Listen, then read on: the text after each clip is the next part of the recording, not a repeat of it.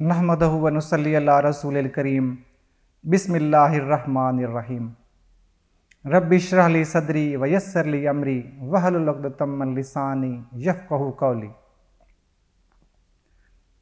سامعین، سورہ الفیل مکیہ ہے، یعنی مکہ میں نازل ہوئی، 5 آیتیں ہیں۔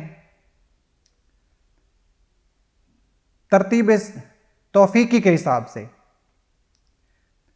یعنی قرآن مجید میں جو آئی ہیں تو یہ 105ویں یہ اس کا نمبر ہے، اور لیکن نازل ہونے کے اعتبار سے یہ 19ویں سورت ہے۔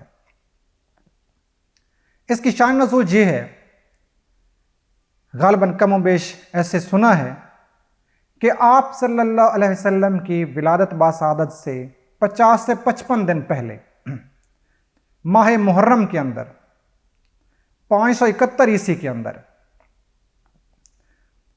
فروری کے آخر میں یا مارچ کے شروع میں یہ واقعہ ہوا، اور یمن کا گورنر جنرل تھا ابرہ، یہ تھا حبشہ کی طرف سے آیا ہوا، اور حبشہ والوں کے تعلقات جو تھے وہ جو بڑی سلطنت سپر پاور تھی کسرا اور کیسر، یعنی رومی اور ایرانیوں کی جو حکومت تھی، تو وہ کیسر کے ساتھ تھا، رومیوں کے ساتھ ان کا حلیف تھا۔ تو یہ حبشی تھا اور حبشہ کا وہ گورنر ادھر سے بنایا گیا۔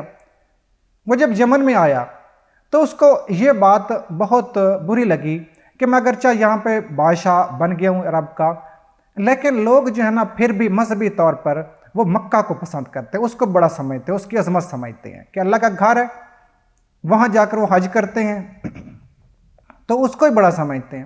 اگر کسی طرح میں ان کو ہٹا دوں اور ادھر ہی میں ان کا حج کروانے لگوں تو مجھے مذہبی طور پہ بڑا رہنما بن جاؤں گا، میری تو شان شوکت بڑھ جائے گی۔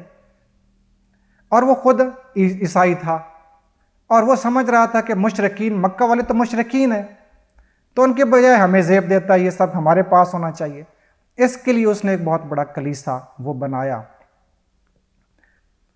اور لوگوں سے کہنے لگا کہ آپ ادھر ہی آؤ، ادھر ہی طواف کرو، حج ادا کرو، آپ کو ادھر حج ہوگا۔ اب ہوا یہ کہ بنو کنانہ مشہور ایک قبیلہ ہے، وہ یا کچھ اور قریشی کے لوگ تھے، وہ آئے ہوئے تھے تجارت کی غرض سے، اور ان کو یہ بات بری لگی کہ ہماری عزت ہے، ہمارے لیے خانہ کعبہ ہے، اللہ کا گھر ہے، یہ اپنی طرف سے ایک نیا کام کر رہا ہے، وہ بالکل اسے اچھا نہیں سمجھ رہے تھے۔ تو کوئی گیا اور وہاں جو ہے نا گندگی کر دی، اور پھر وہ سارے جو ہے نا وہ بھاگ گئے۔ اب ابرہ کو پتہ چلا تو اس کے تو غصے سے تن بدن میں آگ لگنی تھی، وہ لگ گئی، آگ بگولا ہو گیا کہ یہ میری کھلی توہین ہے کہ میرے بادشاہ ہوتے ہوئے انہوں نے میرے ساتھ ایسا کیا۔ تو اس نے اعلان کیا کہ میں لشکر لے کر جاؤں گا اور خانہ کعبہ کو گرا دوں گا، جب گرا دوں گا وہ رہے گا ہی نہیں، تو تب تو لوگ میرے پاس آئیں گے، میں اپنی بے عزتی کا بدلہ لوں گا۔ 60,000 کا اس نے لشکر تیار کیا، جس میں 9 یا 13 یہ اس کے ہاتھی تھے، اور فوج جو ہے 60,000 کی وہ اس نے بہت زرہ وغیرہ پہنی ہوئی اور لوہے کی جو ٹوپی ہے خود وہ یہ پہنے ہوئے گھڑ سوار، وہ شان و شوکت کے ساتھ چلا۔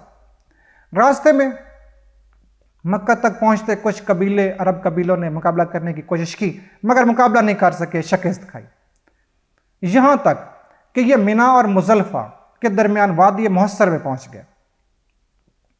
اسی اثناء میں مکہ والے جو تھے نا، حضرت عبد المطلب، ان کے سرکردگی میں انہوں نے یہ دیکھا کہ ہم مقابلہ نہیں کر سکیں گے، وہ سارے لوگ گھاٹیوں میں اور پہاڑوں کی چوٹیوں پر وہ پہنچ گئے، چھپ گئے۔ یہاں پہ پہنچ کے اب ہاتھی کا رخ وہ جب کرتا مشرق کی طرف، خانہ کعبہ کی طرف، تو وہ ہاتھی آگے بڑھنے سے انکار کر دیتا، بیٹھ جاتا۔ اگر وہ رخ کرتا شمال یا جنوب کی طرف تو پھر ہاتھی چلنے لگتا۔ اسی اثناء میں چھوٹے چھوٹے جو چڑیاں ہیں نا وہ سمندر کی طرف سے نمودار ہوئیں، اور ان کی مماثلت جو ہے نا ابابیلوں کی طرح اور کمریوں کی طرح تھی۔ ان کے پنجوں میں ایک ایک کنکری پنجوں میں اور ایک ایک چونچ میں ہوتی تھی، یعنی 3 اور وہ کنکریاں برسانے لگیں ہاتھی والوں پر اور ان کی فوج پر، اور وہ ایسی تھیں کنکریاں کہ اگر خود میں سوار کے خود میں لگتی وہ وہاں سے گھس کر اس کے گھوڑے کے پار ہو جاتی، ہاتھی کے پار ہو جاتی اور جسم گھلنے لگ جاتا، تو یوں تہس نہس ہو گیا۔ اور قرآن کے اندر ارشاد پاک کا مفہوم ہے کہ ایسے وہ پڑے تھے جیسے کھایا ہوا بھوس۔ تو وہ سارے وہاں سے بھاگ گئے، اور کچھ مر گئے، کچھ بھاگ گئے باقی، اور یمن کی طرف بھاگے، اور وہ گرتے پڑتے چشموں کے کنارے اور ہر جگہ وہ مرتے جا رہے تھے۔ اور ابرہ بھی اسی طرح سے بھاگا، اور اس کو لے جایا گیا یمن میں، اس کو بھی زخم آئے ہوئے تھے، اور اس کا جو ہے نا جسم گل سڑ رہا تھا اور جسم جو ہے نا اس کا بہہ رہا تھا۔ اور اس طرح سے سب سے عبرتناک، جو سب سے زیادہ عبرتناک موت ہوئی وہ ابرہ کی ہوئی، تو وہ وہاں جا کر مر گیا۔ اور اس کے جو 2 فیل بان تھے ہاتھیوں کو چلانے والے، وہ مکہ میں پہنچے اس حالت میں کہ وہ اندھے ہو چکے تھے، اپاہج ہو چکے تھے۔ اور کچھ لوگوں نے، کچھ صحابہ کرام نے ان دونوں کو دیکھا بھی۔ تو یہ جب یہاں پہنچے ہیں تو اس کا سبق کیا حاصل ہوا، اس کا سبق کیا تھا؟ سامعین، اس سے پہلے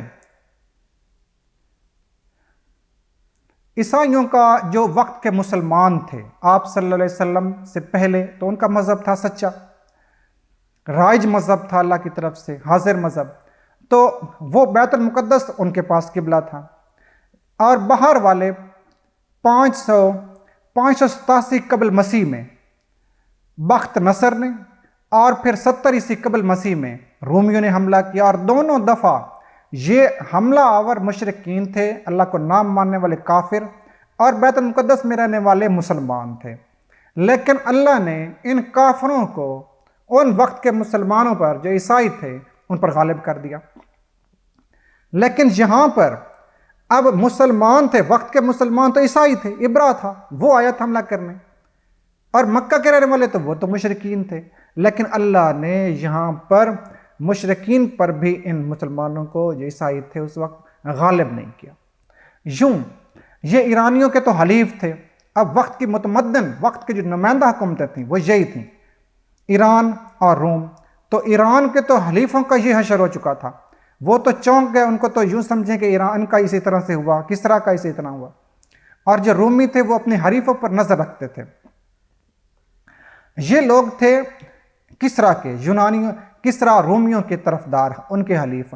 تو ان کا تو یہ حشر ہو گیا تھا، خود وہ تو جان چکے تھے، چونک گئے تھے۔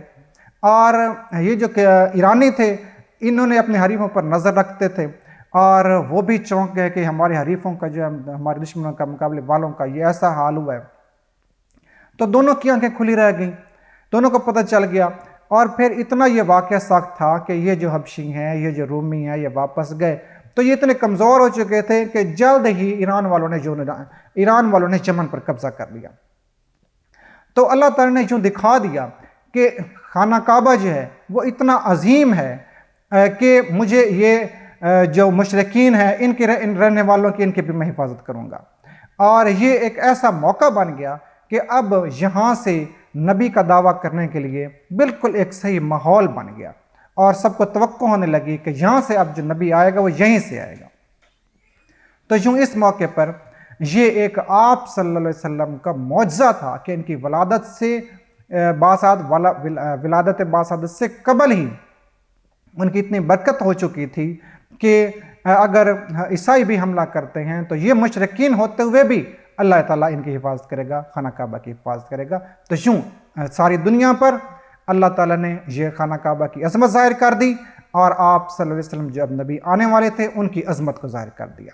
تو اللہ تعالیٰ ہمیں آپ صلی اللہ علیہ وسلم کی عظمت، ان کی شان سمجھنے کی توفیق عطا فرمائے، اللہ کے احکام آپ صلی اللہ علیہ وسلم کے طریقے پر عمل کرنے کی توفیق عطا فرمائے۔ واللہ اعلم بالصواب، وما علینا الا البلاغ۔